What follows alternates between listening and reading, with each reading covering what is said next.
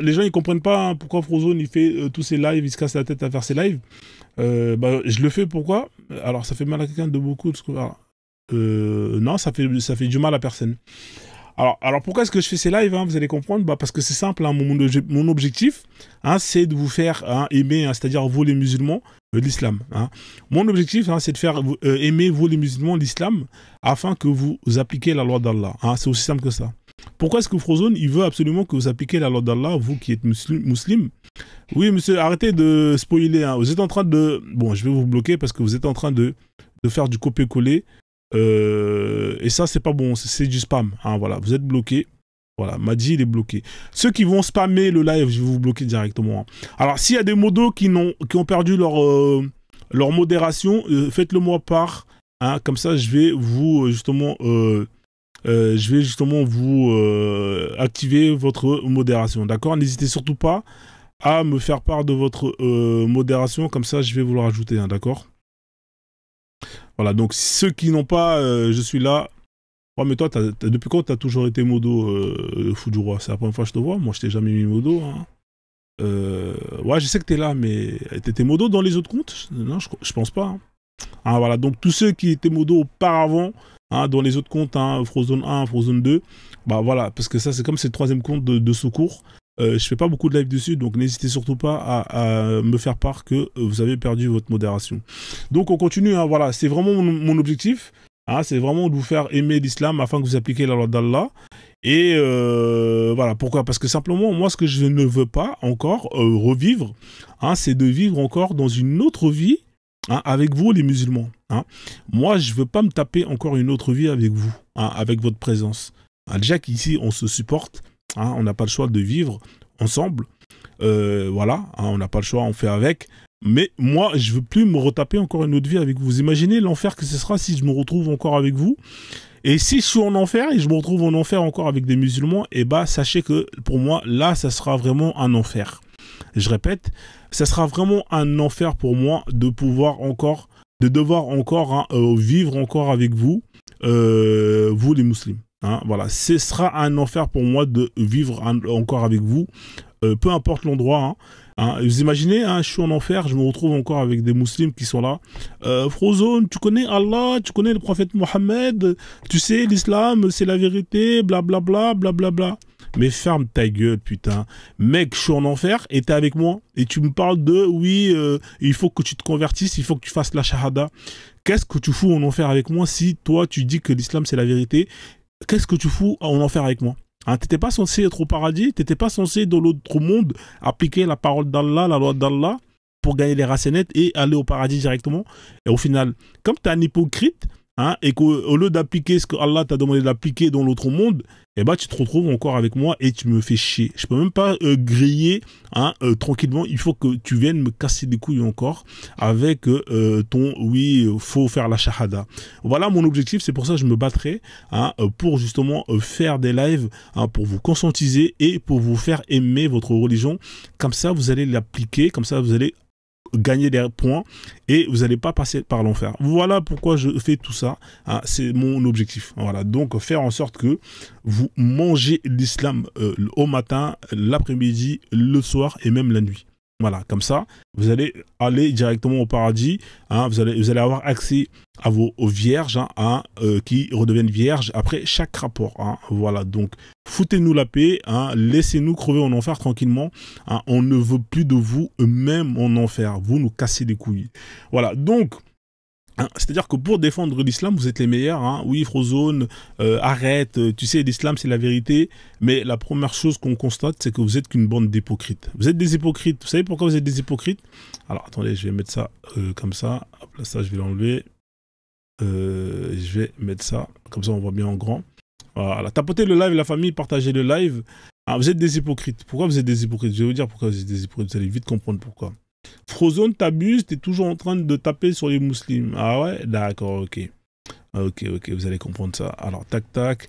Est-ce que j'ai accès au bruit ici, là? Attendez, est-ce que j'ai accès au bruit? C'est la magie. Ah, ça marche pas. Putain, ça marche pas les bruitages. Bon, c'est pas grave. Alors, est-ce que j'ai le bruitage ici? Tac, tac, tac. Il est où? Ouais. Ah là là. Voilà. Voilà, mashallah. Alors, vous êtes des hypocrites parce que quand on vous pose la question, est-ce que vous êtes musulman? Eh bien, vous êtes toujours là à lever la main avec fierté, en criant. Voilà, quand on vous pose la question, est-ce que vous aimez l'islam? Hein, vous êtes toujours là à sourire, à lever la main et à crier haut et fort. Voilà, par contre, quand on vous demande qui parmi vous a lu le Coran, eh bien là, bizarrement, il n'y a plus personne. Ah, là, il n'y a plus personne. Hein. Là, voilà, c'est silence radio, il n'y a plus personne. C'est quand même incroyable cette communauté hein, où Allah écrit hein, dans son livre que vous êtes la meilleure des communautés, hein, blablabla, blablabla. Mais quand vous êtes là à crier dans tous les lives, moi j'aime l'islam, blablabla, blablabla, quand on vous pose la question qui a lu le Coran, et là il n'y a plus personne. C'est quand même incroyable. Hein? Vous êtes qu'une bande d'hypocrites. Hein? Vous êtes qu'une bande d'hypocrites. Hein? On vous pose la question qui adore Allah hein, parmi vous les musulmans? Vous êtes tous là à lever la main et à crier. Hein, voilà, donc, hein, vous êtes tous à crier avec fierté, oui, moi j'adore Allah, Allah c'est le vrai Dieu, c'est lui qui a créé l'univers, c'est lui qui a créé les trous de verre et tout ce qui finit en R, et blablabla, et blablabla. Hein. Quand on vous pose la question, qui aime le prophète hein, vous êtes tous là à lever la main, et... voilà. Voilà, oui, vous êtes tous là à lever la main. Oui, moi, j'aime le prophète. Le prophète est le meilleur exemple pour l'humanité. Blablabla, blablabla, blablabla. D'accord. Mais vous savez que Allah et le prophète, hein, quand vous suivez Allah et que vous suivez le prophète, eh ben, les deux combinés, ça donne ce qu'on appelle la charia d'Allah. Et quand on vous pose la question, hein, qui veut la charia d'Allah, c'est-à-dire les lois hein, à laquelle le prophète vivait, hein, c'est-à-dire que le prophète, quand il vivait sous la charia d'Allah. Et bien là, bizarrement, il n'y a plus personne. Hein. Pourquoi vous ne voulez pas la charia d'Allah, les musulmans? Hein, vous êtes qu'une bande d'hypocrites. Pourquoi est-ce que vous ne voulez pas la charia d'Allah? C'est bien la charia d'Allah. Ah, là, bizarrement, vous baissez tous la tête. Dès qu'on vous propose d'instaurer la charia d'Allah, là, vous êtes là en mode ouais, mais non, mais nous, on est bien. Tu sais, moi, je peux faire ma salade. Hein, en France, on est bien. Nanani, nanana. Hein, bande d'hypocrites. Vous êtes qu'une bande d'hypocrites.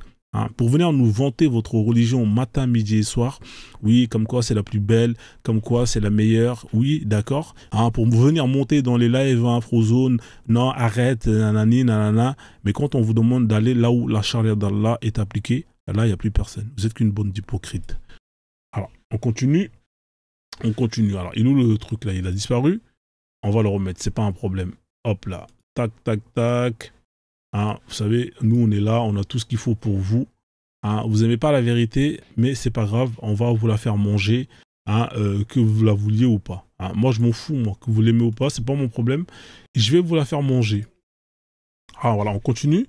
Donc, hein, vous dites que vous êtes des musulmans qui sont fiers d'être. Hein. Quand on vous pose la question, qui est fier parmi vous d'être musulman, encore une fois, vous criez tous. Hein, donc voilà, mais quand on vous pose aussi la question qui est sunnite, hein, qui suit la sunna al-Jamaïa, hein, vous êtes tous là en mode à crier, tous en même temps. Voilà, hein. Par contre, quand on vous pose la question quel âge avait Aïcha, hein, quel âge avait Aïcha lors de son mariage, et là bizarrement il n'y a plus personne. Hein. Là ça commence à parler chinois.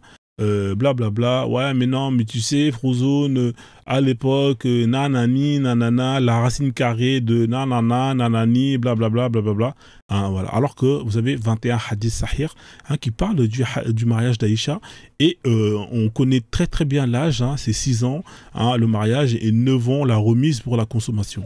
Voilà, donc pourquoi est-ce que vous assumez pas ça hein? Parce que vous assumez pas parce que vous vivez dans des pays où ces actes sont à vomir. Hein. Un homme de 54 ans avec un enfant de 9 ans, c'est tout simplement dégueulasse. Mais comme vous êtes qu'une bande d'hypocrites, eh ben, vous n'allez pas assumer le fait que vous êtes hein, des sunnites. Hein. Vous êtes des sunnites à la carte. Hein, quand ça vous arrange, vous êtes sunnite, hein, quand ça vous arrange, les hadiths sont sahih, et quand ça vous dérange, là vous commencez à remettre en question hein, la chaîne de transmission, la courroie, hein, le moteur et tout ce qui va avec. Vous êtes qu'une bande d'hypocrites, hein, donc on continue.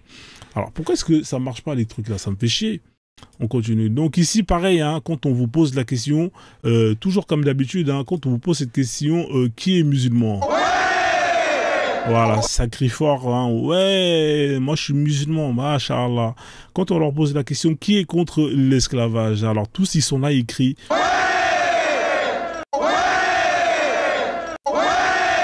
Voilà, ils sont triplement tous contre le fait de pouvoir réduire une personne en servitude, en esclavage. Le fait de posséder une personne comme un bien de propriété, hein, tout le monde est contre ça. C'est dégueulasse, c'est une abomination. Hein. Mais quand on leur dit que Allah n'interdit pas l'esclavage, là, bizarrement, ça commence à parler chinois. Ouais, mais non, mais tu sais, l'esclavage dans le Coran, c'est pas ce que ça veut dire. Ah, mais tu sais, blablabla. Quand on vous sort les hadiths, quand on vous sort les versets. Ouais, mais tu sais, Frozone, le prophète, Allah, hein, il a mis en place une stratégie qui consistait pas à interdire directement, mais il voulait plus ou moins abolir l'esclavage en faisant...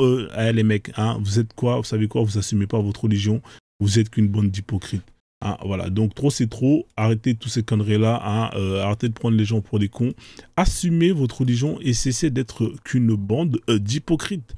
Hein, à un moment donné, voilà, c'est triste de devoir vous dire ça, mais la réalité des faits, c'est que hein, vous êtes des lâches, hein, vous avez peur de votre religion, hein, vous êtes des hypocrites. Voilà, donc, salade aux légumes à tous ceux qui viennent d'arriver, j'espère que vous allez bien, on va passer à la phase, hein, là c'était plus ou moins la mini-intro. On va faire les dédicaces pour tous ceux qui viennent d'arriver, tous ceux qui sont là, tous ceux qui ont envoyé des cadeaux et tous ceux qui ont bien évidemment partagé le live. C'est parti, DJ Machallah, hein, pour la phase de dédicace. Et une fois que c'est fait, on va faire monter les gens qui veulent monter pour justement venir me contredire. C'est parti, let's go.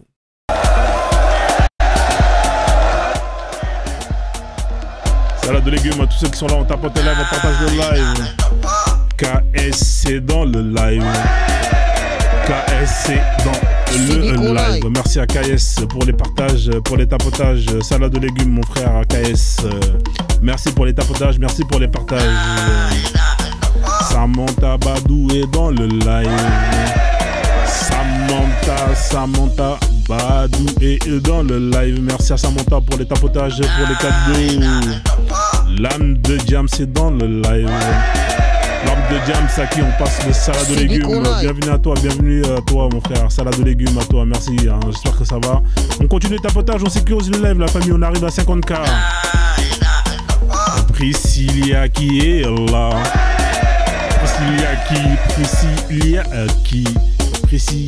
Priscilla qui est dans le live. On a Fred qui est là. FRED et dans le live. On tapote le live, on continue. Non mais ça sert à rien d'écrire je suis là si vous partagez pas, hein. Moi je vais pas vous citer, hein. À un moment donné trop c'est trop. Le chat divan est dans le live. Le chat divan est dans le live. Le chat divan qui a partagé le live. Merci au chat divan pour les partages. Cozy est dans le live. Cozy à partager. Merci Cozy pour les partages. Merci mon frère, merci. Merci pour les tapotages, merci pour les partages. Franchement, j'aime trop. Didi est dans le live. Didi est dans le live. Merci ma soeur Didi pour les tapotages. Merci ma soeur Didi pour les partages.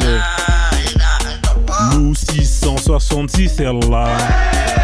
Merci à nous pour les tapotages, les partages. Salade de légumes à toi ma soeur. Merci en tout cas pour le soutien, pour les partages. Merci à toi. On continue les tapotages, on continue les partages. Najo est dans le live.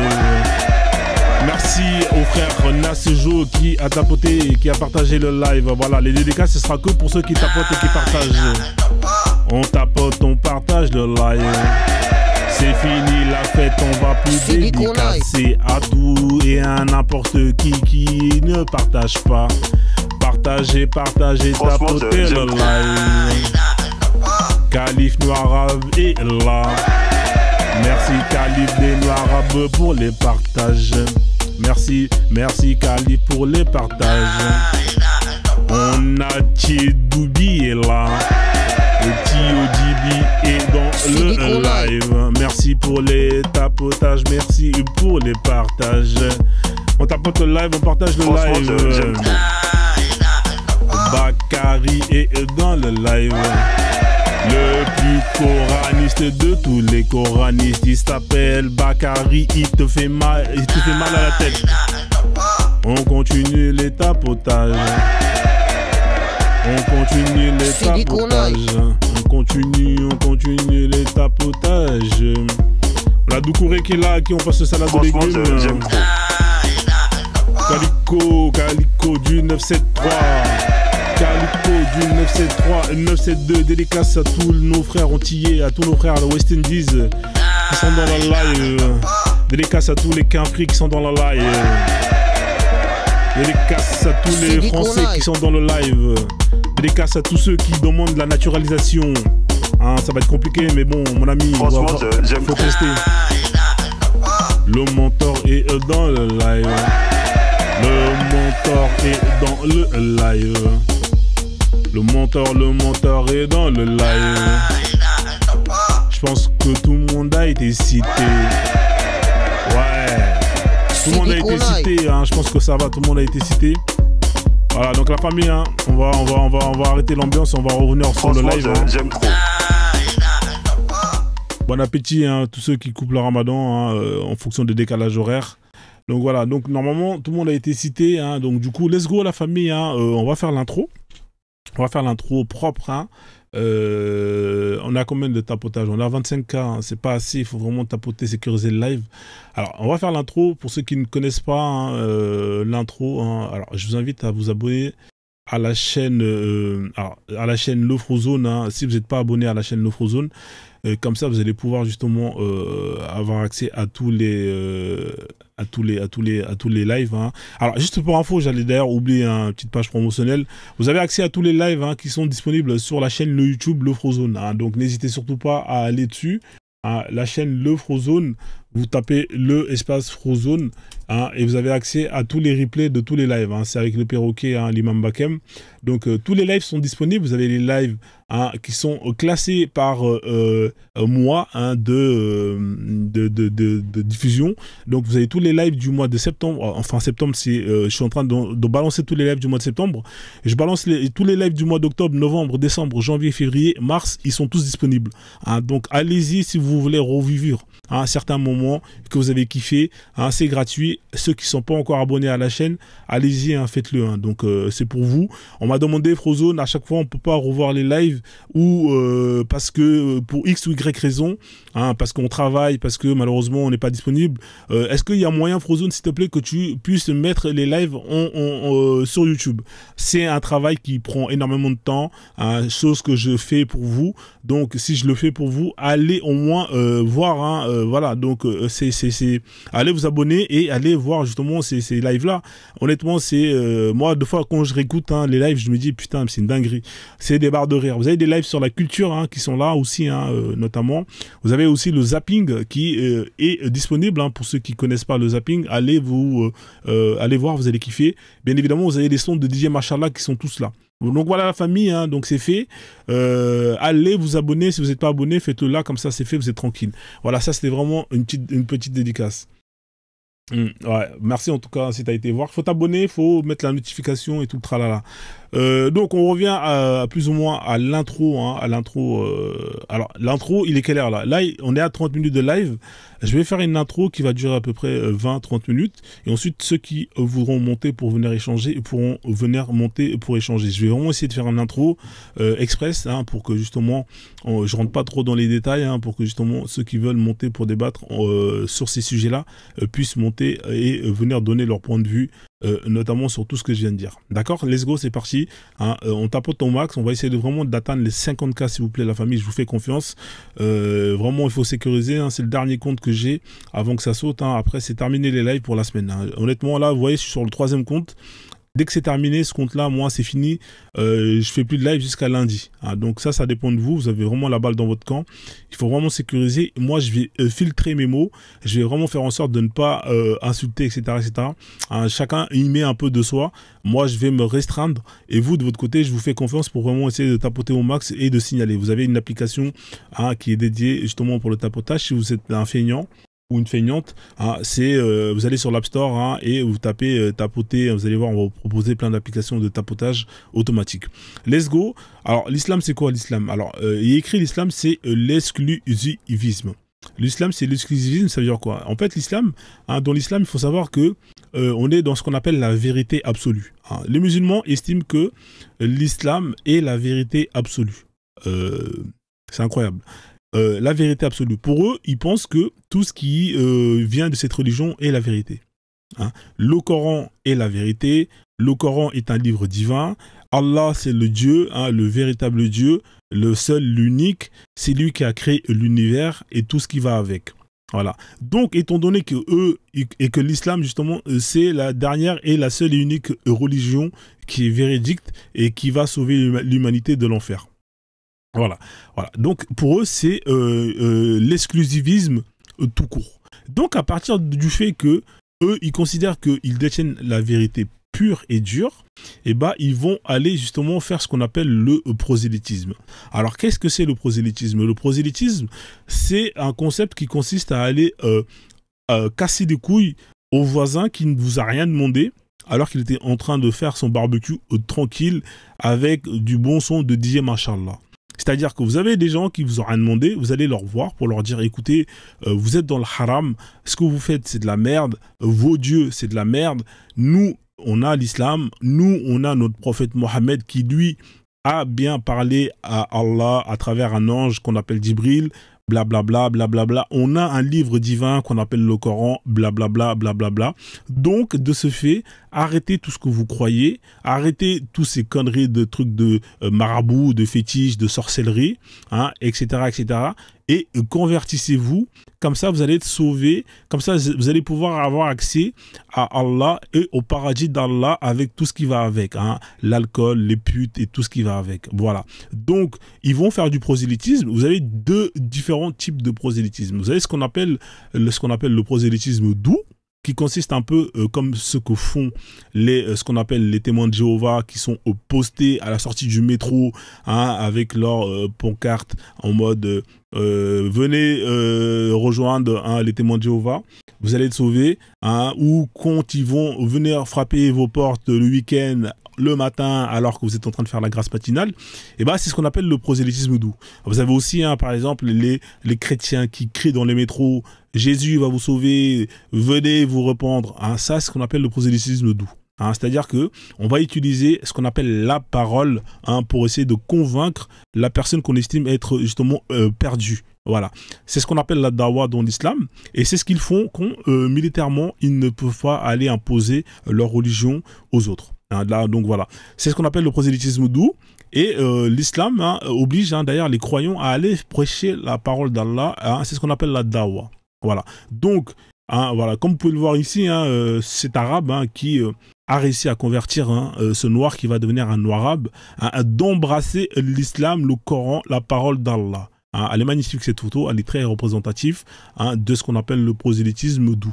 En général, le prosélytisme doux, il se fait aussi à travers les associations Zarma caricatifs, hein, qui vont aller, hein, dans les endroits les plus démunis, hein, pour aller, entre guillemets, donner 2-3 bouts de morceaux de pain et ensuite quelques Corans en disant que vous êtes pauvre, vous êtes dans la merde, vous vivez une vie qui est merdique, en embrassant l'islam, c'est pas grave, quand vous allez mourir, vous allez aller au paradis d'Allah. Hein, donc, vous voyez, hein, toutes ces associations islamiques, chrétiennes, ils attendent la moindre opportunité, hein, de tremblement de terre, de catastrophes naturelles, pour aller courir et faire semblant de sauver quelques personnes dans le besoin, en même temps, tout en leur donnant des Corans, des Bibles et tout ce qui va avec.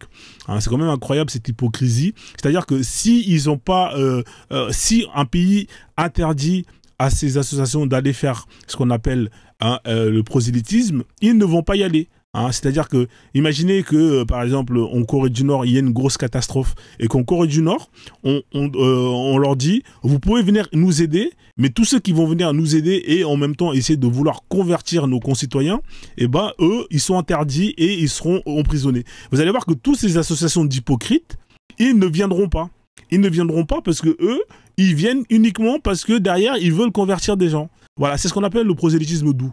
Ensuite, vous avez ce qu'on appelle le prosélytisme dur, qui consiste à faire ce qu'on appelle le djihad at-talab. Ça veut dire quoi le djihad at-talab? C'est-à-dire que quand vous avez un État sous califat hein, qui militairement est assez puissant et qui peut aller faire des combats contre d'autres États de mécréants, de koufars, eh ben, ils vont le faire. Ils vont le faire pour aller justement apporter la parole d'Allah et sauver hein, cet État qui n'a rien demandé. Hein. En même temps, il y a la colonisation. En même temps, il y a tout ce qui va avec, hein, l'esclavage. Et c'est pas grave tant que vous êtes converti, tant que vous embrassez l'islam. Le plus important, c'est que vous embrassez l'islam. C'est ce qu'on appelle le djihad at-talab. Hein, voilà. Donc, vous avez la dawa, hein, un prosélytisme qui est doux, qui consiste à aller prêcher parce que militairement, on ne peut pas le faire, hein. Donc on va utiliser des astuces telles que les associations Zarma, on va aller construire des puits en Afrique ou peu importe dans des pays démunis et derrière on ramène des Corans et on fait convertir des gens. Pourquoi vous n'allez pas construire des puits, hein, juste construire des puits et rentrer chez vous? Pourquoi est-ce que vous avez besoin de toujours vendre votre religion? Faites-le, allez faire le bien juste en faisant le bien, c'est tout. En fait, eux, ils font le bien parce que derrière, il faut qu'il y ait justement une récompense. S'il n'y a pas la récompense, ils ne le font pas. Leur récompense, c'est le fait de convertir. Et quand ils convertissent des gens, eh ben, ils sont récompensés par ce qu'on appelle des racenettes et ils sont automatiquement garantis d'aller au paradis. C'est ce qu'on appelle des hypocrites. On termine avec l'universalisme, c'est-à-dire qu'une fois qu'on a converti ces gens crédules, hein, on va leur dire que l'islam est une religion qui est universelle, que il va falloir vous arabiser, mais c'est pas grave, hein, c'est une religion universelle, c'est-à-dire que si vous rentrez dans cette religion, et ben si vous voulez comprendre ce que c'est cette religion, vous devez vous arabiser. Hein, c'est-à-dire qu'un musulman qui est converti, il doit s'arabiser, il doit apprendre la langue arabe, il doit apprendre l'écriture arabe, il doit faire... Enfin bref, c'est ce qu'on appelle hein, l'arabisation. Hein. Mais eux, ils vont vous vendre ça sous le pseudo hein, pack marketing du l'islam est une religion universelle. Je ne vais pas dormir sur ça, je vais avancer parce qu'il y a beaucoup de diapos. On enchaîne, hein, donc du coup... Qu'est-ce que c'est l'islam? L'islam, c'est une religion et on est dans le domaine de la croyance. Qui dit croyance dit que on ne peut pas justement, vérifier, prouver tout ce qui est dit. Voilà, c'est simple. Hein. Dans la vie, c'est simple. C'est soit tu sais, soit tu crois. Je répète, dans la vie, c'est simple. Soit tu sais, soit tu crois. Si tu sais, alors c'est que tu peux prouver ce que tu sais. Si tu crois, c'est que dans ta tête, tu penses savoir, mais tu ne peux pas prouver ce que tu sais. Voilà, c'est aussi simple que ça. Et dans ce qu'on appelle, dans la croyance, on est dans le domaine du fantastique. Le fantastique, c'est quoi le fantastique hein, non, quand tu doutes, non, le doute, c'est pas de l'ignorance. C'est ça le problème en fait. Vous faites l'amalgame. De toute façon, c'est simple. C'est soit tu ne sais pas, soit tu dis je ne sais pas. Voilà, comme ça, c'est simple et net. Dans la vie, soit on sait, soit on ne sait pas. Quand on ne sait pas, on va chercher à savoir et ensuite, on dit on sait. Et quand on dit qu'on sait, on prouve que l'on sait. Ou soit on dit on ne sait pas. Et dans ce cas-là, on est dans la recherche du savoir. Vous dites que vous savez, mais quand on vous demande de prouver, vous êtes dans l'incapacité de prouver. Parce que vous savez très bien que tout ce que vous dites là en disant que vous savez que c'est la vérité, eh ben vous êtes dans la capacité de prouver que c'est la vérité. Vous êtes là à nous raconter des histoires fantastiques à dormir debout pour des enfants, hein, entre un mec qui voit un extraterrestre dans une grotte, un mec qui parle avec des animaux, l'autre qui se fait avaler par une baleine, l'autre qui va ouvrir la mer en deux, l'autre qui va créer un vaisseau pour accueillir tous les animaux sur la planète Terre, l'autre qui... Non mais à un moment donné, les mecs... Hein, et quand vous leur demandez, ok, prouve-moi tout ça, que c'est vrai, eh ben il n'y en a pas un qui va te le prouver, il va dire, ah, moi j'y crois. Voilà la différence entre le savoir et la croyance. Oui, dans l'islam, il y a le paradis, il y a l'enfer. Ok, il n'y a pas de problème. Prouve-moi que le paradis existe, prouve-moi que l'enfer existe. Vous êtes dans l'incapacité de le faire tout simplement. Parce que vous êtes dans la croyance. La croyance, c'est le fait de croire sans savoir et sans même pouvoir prouver tout ce qui est dit et tout ce qui est écrit. C'est aussi simple que ça. Voilà, donc tout ça là, ça fait partie on est dans la catégorie des Power Rangers, des Avengers, hein, de Walt Disney. C'est pareil, hein, c'est la même catégorie. C'est-à-dire que vous aurez beau raconter tout, mais c'est comme le Père Noël. Le Père Noël existe, c'est pareil. L'islam, c'est pareil. Vous êtes dans le même... Et ça, c'est peu importe, hein, que ce soit l'islam, le christianisme, ou même toutes les religions, toutes les spiritualités. Moi, j'ai un totem qui va me permettre de voyager dans le futur. Eh mec, à un moment donné, arrêtez de prendre les gens pour des cons. Vous êtes tous dans la même catégorie du fantastique. Et voilà, donc on avance. Donc du coup, alors on est dans le fantastique, et chez eux, ils ont ce qu'on appelle un dieu, hein, le dieu des musulmans, il s'appelle Allah. Allah, c'est le dieu des musulmans. Alors, c'est un dieu qui était plus ou moins connu dans la péninsule arabique avant même que le prophète Mohammed, hein, à travers ses exploits, hein, et sa secte, et puis justement œuvrer pour que cette secte soit plus ou moins connue à l'international. C'était un dieu qui était connu là-bas déjà, hein. Le père du prophète d'ailleurs, il s'appelait Abdallah. Enfin bref, je ne vais pas rentrer dans les détails. L'objectif ici, c'est pas de rentrer dans les détails, c'est vraiment plus ou moins de faire un résumé. Alors, c'est qui Allah? Moi, j'ai une théorie, hein. Prenez des notes, hein, et tous ceux qui diront faux zone, c'est faux, vous allez pouvoir monter. Allah, c'est un dieu pour moi qui... alors, ce dieu-là, à la base, il avait un métier, il avait une fonction, c'est la fonction de créateur. Hein. Il avait la fonction de créateur et il créait des univers. Hein. Un univers ou des univers, on n'en sait rien. Une chose est sûre, c'est qu'il a créé cet univers, hein, avec tout ce qui va avec dedans, et avec la Terre, avec tous les étoiles et tout le blablabla. Et un jour, hein, peut-être qu'il en a eu marre de créer, hein, ça lui faisait chier, il a peut-être eu sa crise de la quarantaine, j'en sais rien moi. Il a décidé d'arrêter tout ça et de se reconvertir pour devenir auteur. Je répète, c'est un dieu qui avait pour fonction de créer, hein, et peut-être qu'à un moment donné de sa vie, il en a eu marre, il galérait, il a fait sa crise, il a utilisé ses points CPF pour devenir auteur. Hein. Le mec s'est mis à écrire. Hein. Il s'est mis à écrire, il a écrit un livre qu'on appelle le Coran. Hein. Le Coran, c'est la parole d'Allah. Donc le Coran que vous pouvez voir ici, hein, c'est la parole d'Allah. Alors là, vous pouvez voir, hein, là, c'est, faut pas vous faire attention à la voiture. Hein. En fait, c'est les Arabes, ils utilisent le Coran pour aller propager, hein, leur religion, etc. Mais bref, le Coran, c'est la parole d'Allah. Alors, c'est un livre qui a été écrit par Allah, hein, et plutôt que de faire comme tout le monde, hein, vous savez, quand vous écrivez un livre, à mon avis, moi, ce que je pense, c'est qu'une fois qu'il a écrit son livre, il voulait avoir un avis, hein, plus ou moins... vous savez, quand vous écrivez un livre, vous essayez d'avoir un avis, hein, pour savoir si c'est de la merde ou c'est bien. Donc, qu'est-ce qu'il fait, Allah? Il écrit le livre, il va donner ce livre à Djibril, et il va aller l'envoyer, hein, il va dire à Djibril, envoie ce livre à cette terre, et je veux avoir un retour pour savoir si c'est intéressant ou pas. Donc, qu'est-ce qu'il fait, Allah? Il donne ce livre à Djibril, qui, lui, a une fonction de coursier. Hein, Djibril, c'est un coursier, hein, la famille. Notez bien, hein, Allah, c'est un créateur qui a fait sa crise et qui est devenu auteur. Il écrit un livre qu'on appelle le Coran qui va le donner à Djibril, Djibril qui va le prendre, qui est coursier. Djibril, il va descendre sur terre. Moi, ce que je pense, hein, c'est qu'il s'est trompé d'endroit. Vous savez, les coursiers, ils ont pour objectif d'aller livrer, hein, des paquets à une adresse bien définie. Ce qui s'est passé, c'est que Djibril qui descend sur terre, il va croiser un mec dans une grotte qui s'appelle Mohammed. Sauf que moi, cette histoire, quand on la lit, eh ben, moi, je me dis qu'il y a un problème. Alors, c'est quoi le problème, en fait?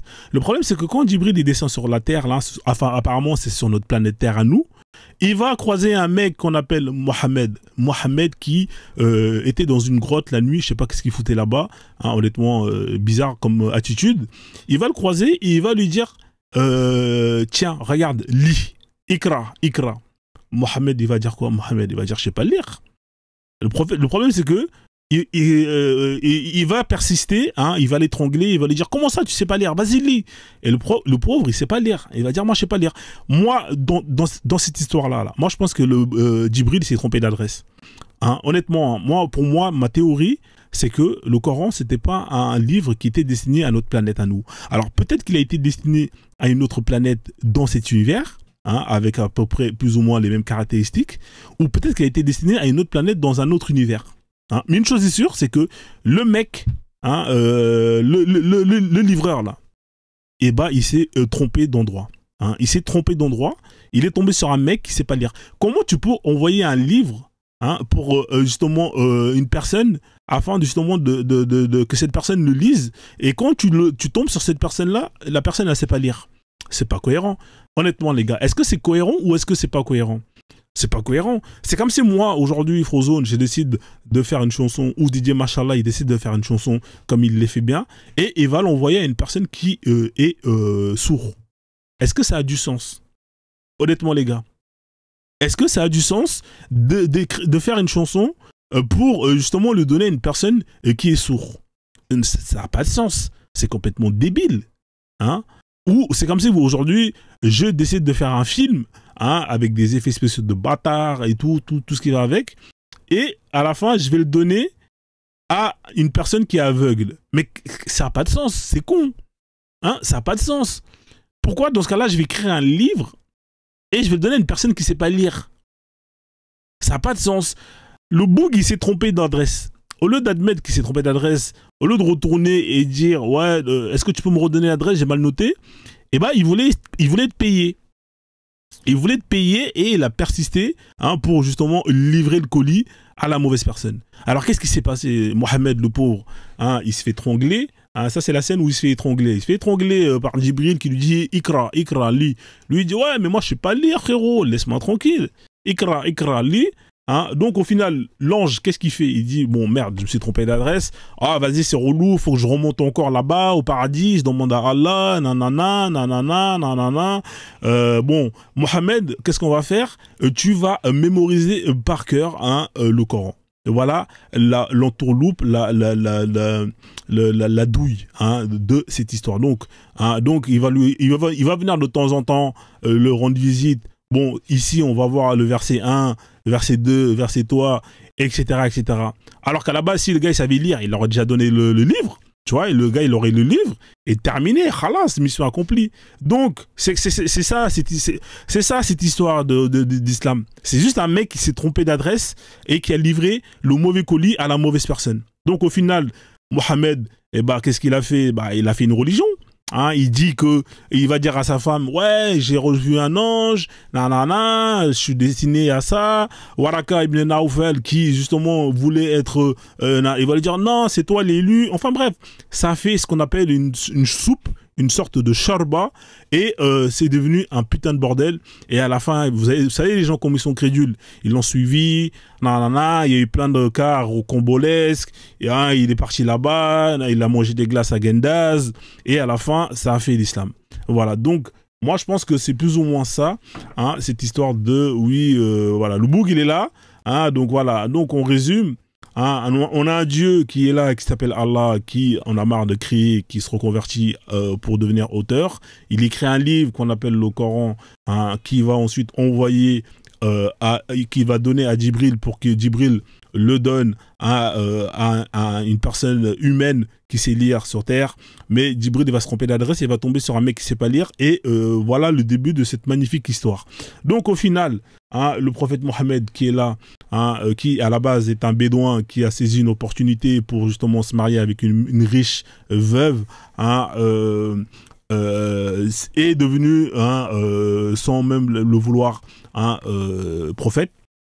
Donc au final, il va y avoir des gens qui vont le suivre. Étant donné que c'est un arabe, il va utiliser la violence pour essayer pour imposer sa religion. Voilà plus ou moins l'histoire dans tout ça. Je ne sais pas vous, qu'est-ce que vous en pensez. En tout cas, moi, tout ça, ça tient la route. C'est beaucoup plus crédible que ces histoires à la con qui consistent à dire que ouais, mais non, mais le prophète, il ne savait pas lire. Non, les gars, à un moment donné, il faut dire ce qui est. Si vraiment tout ça, c'est sérieux, je pense que moi, ma théorie, elle tient beaucoup plus debout que toutes vos théories. Honnêtement, qu'est-ce que vous en pensez, la famille?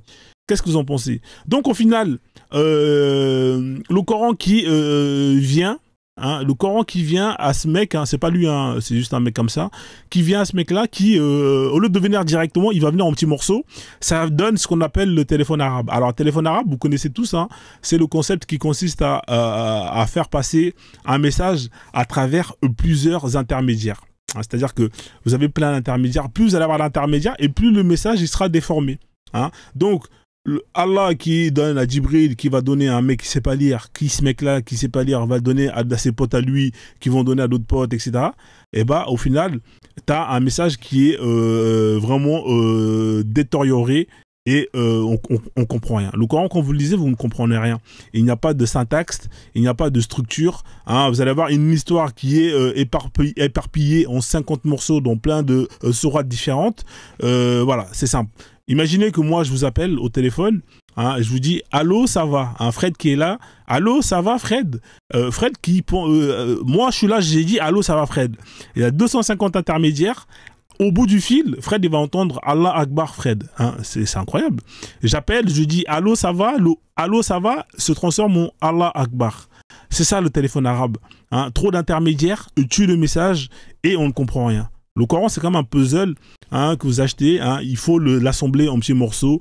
Hein, on ne comprend rien. Tout est mélangé n'importe comment. Sourate 22, 30, sourate 33, 45. Wesh, on veut jouer au Keno. Ou bien on est là pour essayer de comprendre une histoire. Donc voilà, à un moment donné, ils vont vous parler de l'histoire de Djibril, non, l'histoire du Shaitan, il est dans je sais pas combien de sourates, donc je sais pas combien de sourates. L'histoire d'Abraham, il est dans je sais pas combien de sourates. Non, mais à un moment donné, les mecs, faut arrêter, c'est pas sérieux, quoi, on avance.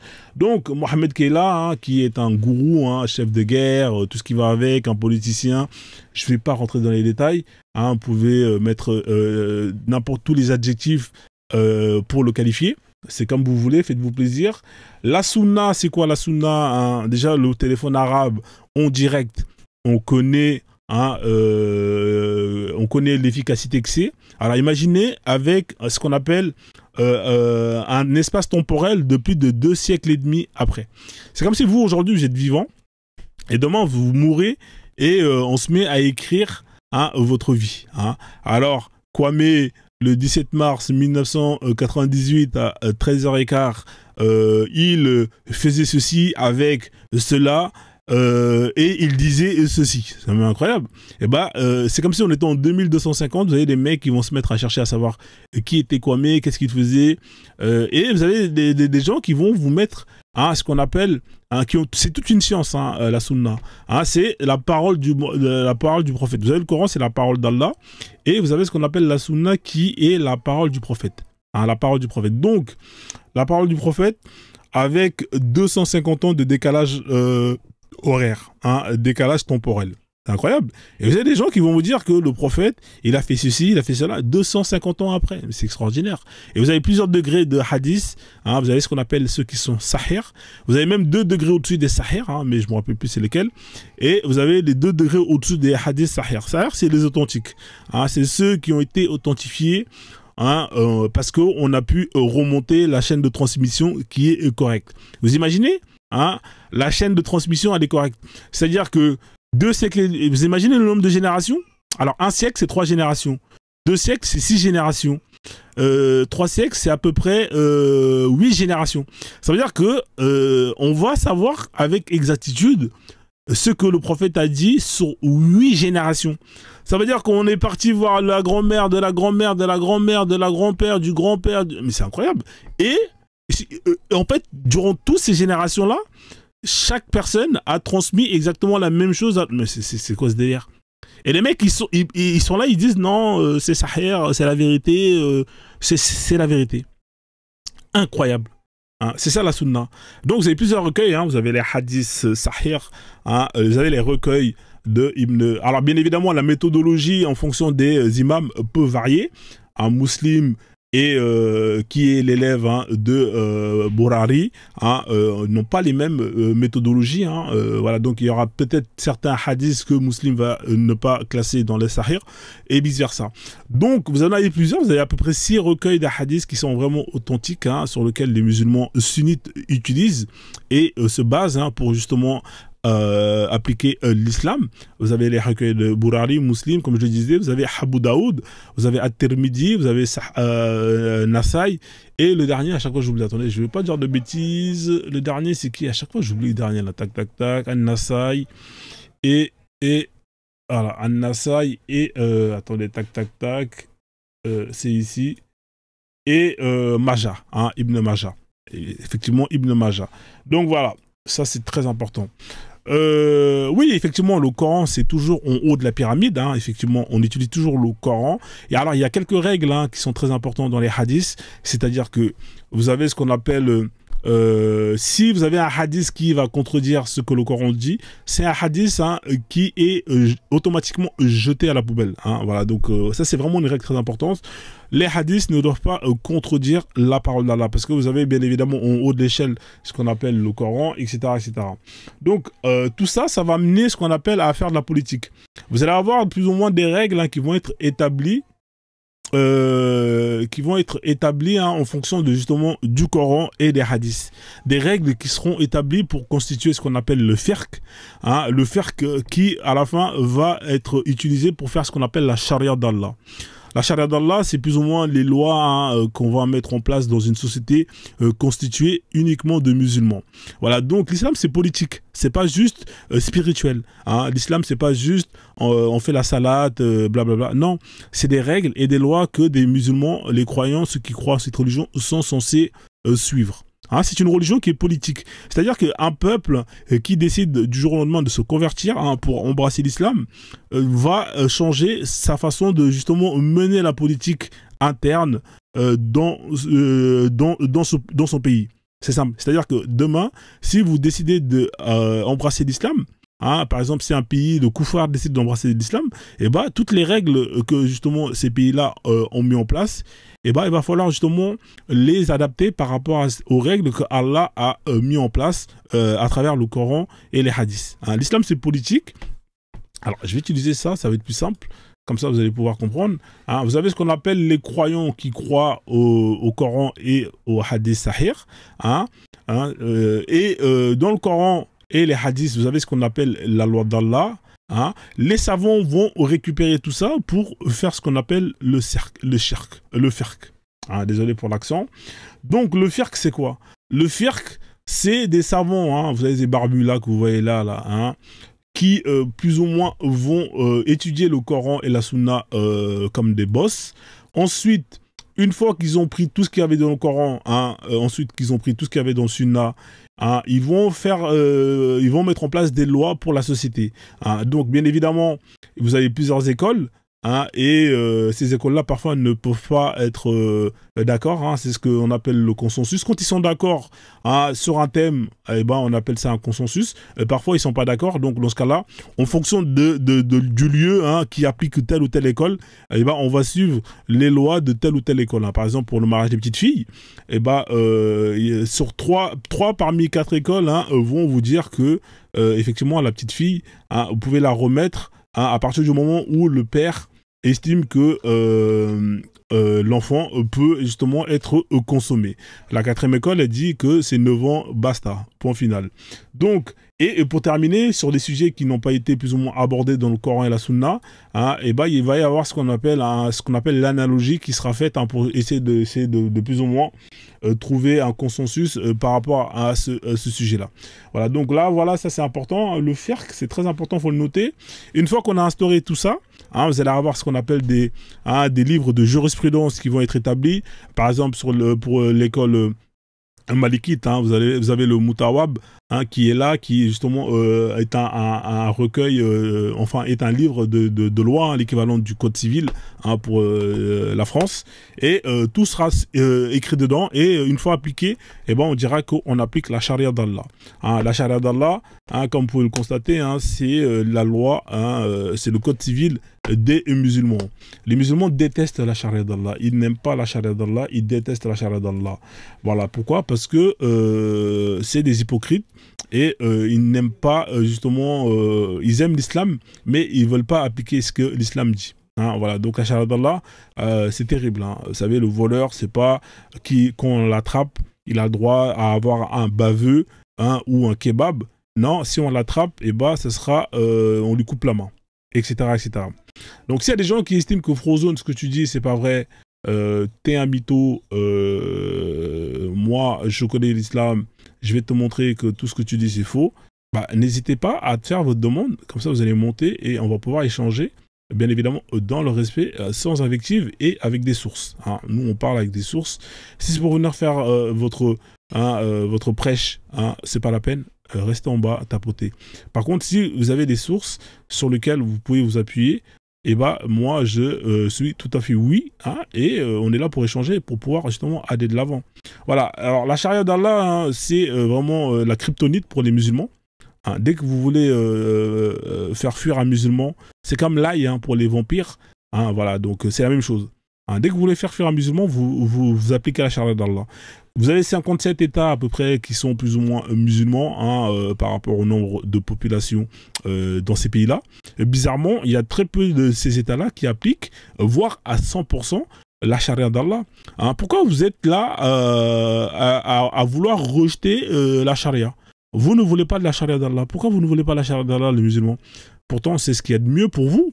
C'est ce qui va vous permettre justement de faire grandir votre foi et d'avoir accès plus rapidement au paradis. Bizarrement, vous en voulez pas. Moi, j'ai toujours dit, hein, à tous les peuples, hein, qui veulent se débarrasser des musulmans, plutôt que de vous casser la tête à mettre des lois, appliquez la charia d'Allah. Appliquez la charia d'Allah, vous allez voir. En France, vous en avez marre de tous ces fouteurs de merde. Hein, appliquez la charia d'Allah. Je vous donne 3 jours pour que tous les musulmans plient bagages pour aller dans les pays frontaliers. Vous allez voir, ils vont tous partir en Belgique, ils vont tous partir en Espagne, etc. Pourquoi? Parce qu'ils savent très bien. Hein, regardez par exemple, ici on est en Indonésie. Hein, où dans certains États, on applique la charia d'Allah. Là, cette fille, elle a été attrapée en train de forniquer, hein, alors qu'elle n'est pas mariée. Malheureusement, pour elle, elle vit dans un État où c'est interdit. Hein, et la pauvre, hein, après la prière du vendredi sur la place publique, eh ben, elle va se faire fouetter, hein, de 50 ou 100 coups de fouet, si je ne me rappelle plus, devant toutes ses camarades. Hein, vous voyez, tout le monde a sorti son iPhone 17, qui n'est même pas encore sorti, avec un zoom x200 qui filme en 4K 250 images par seconde, hein, voilà, pour capter l'émotion qu'elle va surjaillir suite aux 50 coups de fouet. Hein, voilà, donc, alors, il y a l'humiliation de se faire chicoter, mais en plus de ça, tout le monde le sait, tout le monde l'a filmé. Hein, donc, la pauvre, elle sera obligée de déménager. Malheureusement. C'est ça la charia d'Allah. C'est-à-dire que demain, si vous avez des petites connes qu'on va choper à la chicha ou dans les hôtels Formule 1, hein, tous les wesh wesh ma gueule, hein, et ben on va les attraper et on va les fouetter sur la place République, hein, à Paris après la prière du vendredi. Hein, et bien évidemment avec des podiums, avec hein, tous ces gens qui vont venir filmer la scène. Voilà. Donc comme ils savent que c'est chaud pour leur gueule, ben ils veulent pas de ça. Hein, les musulmans ils veulent pas de ça. Hein, donc ils savent que c'est la merde. Hein, ils vont venir monter ici pour dire ouais l'islam c'est la meilleure religion. D'accord, c'est la meilleure des religions, ok, il n'y a pas de problème. Mais est-ce que toi, tu veux de cette religion-là, hein? Voilà, donc est-ce que toi, tu veux de cette religion-là? Regardez. Qui adore Allah? Ils crient tous, ouais, hein? Voilà, écoutez, hein. Écoutez bien. Hein. Ouais. Voilà. Qui aime le prophète, hein? Ils vont tous crier quoi? Ouais. Voilà, maintenant, quand vous leur demandez, et qui veut la charia d'Allah? Là, bizarrement, il n'y a plus de ouais, hein? Voilà, vous êtes qu'une bande d'hypocrites, hein? Voilà. Hein, vous êtes qu'une bande d'hypocrites et je ne cesserai de vous le répéter et je ne cesserai de me battre pour justement hein, vous faire aimer et bouffer votre religion. Hein, parce qu'on en a marre de toute cette hypocrisie à la con hein, qui consiste à venir nous faire chier avec votre religion, que c'est la plus belle, mais quand il faut l'appliquer, là, vous n'êtes plus là. Hein, quand il faut justement l'embrasser, l'appliquer à 100%, vous n'êtes plus là. Vous êtes des hypocrites. Voilà, donc, voilà, parce que vous savez que ça va être ça. Hein, le voleur, on va lui couper la main. On se souvient tous au Mali, quand vous avez les islamistes hein, qui ont pris le contrôle du pays dans le nord, hein, on se souvient tous hein, que on coupait des mains aux voleurs hein, et on fouettait les femmes parce qu'elles forniquaient ou elles écoutaient de la musique, etc., etc. Qu'est-ce que vous avez fait? Vous avez appelé la France hein, des koufars pour venir vous faire dégager hein, ces islamistes. Alors qu'eux, ils étaient juste venus pour vous faire appliquer la parole d'Allah. C'est quand même incroyable. Vous êtes musulmans, vous êtes fiers, vous dites que ça fait des siècles et des siècles que vos ancêtres ont embrassé l'islam, que vous êtes plus musulmans que les arabes et tout le tralala. Quand on instaure la charia d'Allah sur vos territoires, eh ben vous n'êtes pas contents. Vous n'êtes pas content, et bah vous appelez les koufars pour venir vous réinstaurer hein, les droits de l'homme. Hein. C'est incroyable. C'est extraordinaire. Des hypocrites, mais pro max. Hein. À un moment donné, vous aimez l'islam ou vous n'aimez pas l'islam? Hein. Celui qui aime l'islam, il veut la charia d'Allah. Si vous aimez l'islam, alors dites que vous voulez la charia d'Allah. Arrêtez de faire les hypocrites à un moment donné. C'est bon, là. Faut arrêter de prendre les gens pour des cons. Donc, vous êtes des musulmans à la carte. Oui, vous êtes des musulmans à la carte. Alors, qu'est-ce que c'est, les musulmans à la carte? Alors les musulmans à la carte, vous avez plein de types de musulmans. C'est les musulmans qui n'assument pas leur religion à 100%. Hein. Quand ça vous arrange, vous êtes musulman. Quand ça ne vous arrange pas, vous n'êtes plus musulman. Hein, vous voulez plus d'islam. Alors parmi les musulmans à la carte, vous allez avoir ce qu'on appelle la catégorie des semi-sunnites. Hein. Hein, c'est-à-dire que quand ils vont monter dans mon live, bien évidemment, à force de parler avec vous, j'ai l'expérience. Je pose la première question. Est-ce que tu es sunnite ou pas? Et alors, celui qui dit que je suis tout couriste, il fait partie des musulmans. Je suis musulman tout court. Non. Frozone, je suis musulman tout court. Ça, c'est un musulman semi-sunnite. Hein, voilà. C'est-à-dire que lui, il va piocher un peu de hadith, il va piocher un peu de... C'est comme un mec qui va dans un restaurant chinois à volonté. Hein, vous savez que les buffets, là, quand il va arriver... moi j'aime bien les nems. Allez, oust, je prends un nem. Ouais, ça non, j'aime pas trop. Les nouilles, ouais, non, j'aime pas. Tiens, ouais, ça c'est pas mal ça. Je vais mettre un peu de sauce wasabi. Ouais, j'aime bien. Vous êtes des musulmans, hein, voilà. C'est-à-dire que vous allez prendre les hadiths qui vous arrangent. Vous allez prendre les morceaux de la sira qui vous arrangent. Tout ce qui va vous arranger, qui va aller dans votre sens, eh ben, vous allez le prendre. Le reste, non, ça c'est pas bon. Astaghfirullah. Ouais, le prophète, 6 ans, 9 ans, Aïcha, non, c'est pas vrai, d'après l'imam de mon quartier qui a fait l'école à Barbès ce soir, c'est pas vrai. Hein, voilà, vous êtes des semi-sunnites. Vous assumez pas la sunna, hein, vous êtes des escrocs. Hein. Ensuite, vous allez avoir ce qu'on appelle les coranistes. Hein, les coranistes, c'est eux qui... eux, ils ont dit, nous, on en a marre de faire l'autruche, hein, on en a marre des autruches. Nous, on suit que le Coran. Hein. Alors, c'est que le Coran. Alors, les coranistes, ils sont marrants, hein, parce que ils sont gentils. Voilà. Les coranistes, hein, moi, je perds pas trop mon temps avec eux. Hein. Les coranistes, allez faire la bagarre avec les sunnites. Hein. Ça, c'est votre... voilà. Allez faire la bagarre avec les sunnites. Hein. Nous, on n'a pas le temps. C'est-à-dire que vous avez des gens qui, quand vous leur posez la question, le prophète Mohammed, hein, il est né quand? Ils vont pas pouvoir vous le dire. Hein. C'est parce qu'eux, ils suivent que le Coran. Et le Coran, il n'y a pas grand-chose. Malheureusement. C'est-à-dire qu'ils vont leur demander, ouais, le prophète, il est né où? Le prophète, il mange... Il n'y a rien dans le Coran. Donc, au final, c'est des jongleurs. Ils ont voulu quitter les hadiths parce que c'était trop hardcore. Ils en avaient marre à chaque fois de se justifier. Ils se sont réfugiés dans le Coran. Mais le problème avec eux, c'est-à-dire qu'un verset, tu le donnes à 50 coranistes, tu vas avoir 50 interprétations qui seront différentes. Le même verset que tu vas le donner à un coraniste, il y aura à plusieurs coranistes, chacun va l'interpréter à sa sauce. Hein. C'est incroyable. Alors imaginez ces mecs-là quand vous leur mettez justement au sein d'un État pour justement mettre en place des lois qui est régie par rapport à ce que le Coran dit. C'est un bordel pas possible. L'autre, le voleur, la voleuse, il faut lui couper la main. Qu'est-ce qu'il va dire l'autre? Mais non, mais c'est pas coupé, c'est coupé, décalé. Coupé, décalé. Tu vois, prophète Mohammed, il s'inspirait de Duxaga, Amidou, Stéphane. Non, mais à un moment donné, les mecs, vous êtes sérieux? L'autre, il va dire, mais non, mais coupé, c'est pas dans le sens coupé, c'est-à-dire il faut lui faire une formation pour l'éloigner. Non, on parle pas des voleurs, mais plutôt de ceux qui vont voler. Non, mais les mecs, à un moment donné, mettez-vous d'accord. Hein. Donc nous, ça, le coraniste, c'est ayez un doliprane. Hein. Moi, t'as vu, dès qu'il y a un coraniste qui monte, moi, qu'est-ce que je fais? Je sors mon doliprane. Hein, je le mets à côté, je le mais dans l'eau et je laisse le truc se dissiper. Parce que ça va être, voilà, ça va être des mal de tête. Hein, voilà, donc, de toute façon, c'est ça, c'est l'échelle. Hein. On est d'abord sunnite, ensuite, on devient semi-sunnite, ensuite, on devient tout couriste, ensuite, on devient tafsiriste, hein, celui qui va lui-même faire l'exégèse de ce qu'il lit. Hein, il a le savoir. Le mec, il est là. Le gars, il parle pas un mot arabe, mais il va te dire que le Coran, le verset, il est mal traduit. C'est extraordinaire. Le gars, il sait pas parler un mot arabe. Tu vas lui mettre un verset qui est traduit, il va te dire, ah non, ça, c'est pas bien traduit. Mais comment tu sais que c'est pas bien traduit? Ouais, mais moi, c'est pas bien traduit. Hein, à un moment donné, mal de tête, doliprane. Ensuite, qu'est-ce qu'il va faire? Il va descendre en mode coraniste. Ensuite, il va descendre en mode koufariste, hein, c'est-à-dire que lui, le koufarisme, là, on est dans la dernière étape. Hein.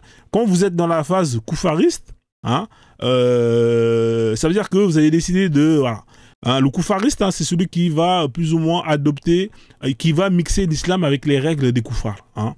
Hein, voilà. Il va toujours tout essayer de transformer pour que justement ce qui est écrit s'approche des règles qui ont été mises en place par l'homme, hein, par les droits de l'homme, par tout ce qui va avec.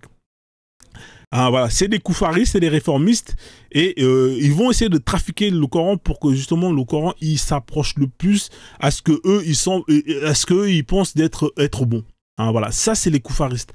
Ensuite, vous avez les entre guillemets, je suis musulman entre guillemets, et vous avez les réformistes. Les réformistes, alors eux carrément ils vont vous dire là il y a des versets qui ont été modifiés, trafiqués par l'homme, ouais il faut l'enlever. Eux, en fait, c'est des gens, ils ont ce qu'on appelle du Tipex.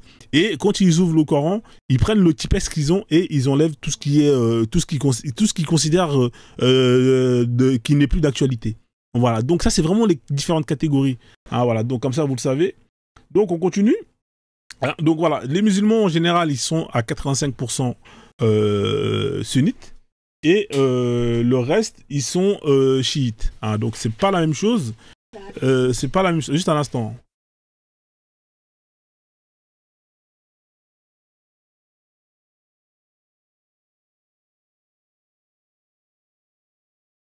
Ouais, donc je disais à 85%, et ils sont ce qu'on appelle sunnites, ceux qui suivent la sunna, c'est-à-dire le Coran plus la parole du prophète, et le reste ils sont chiites. Alors les chiites, c'est voilà. Après vous avez peut-être 2-3% de sectes bizarres, mais en général ils sont ça. Alors en général les musulmans ils sont tous musulmans par ascendance, c'est-à-dire qu'ils vont naître dans une famille de musulmans, on va les convertir, on va leur couper le prépuce quand ils sont enfants, etc., etc.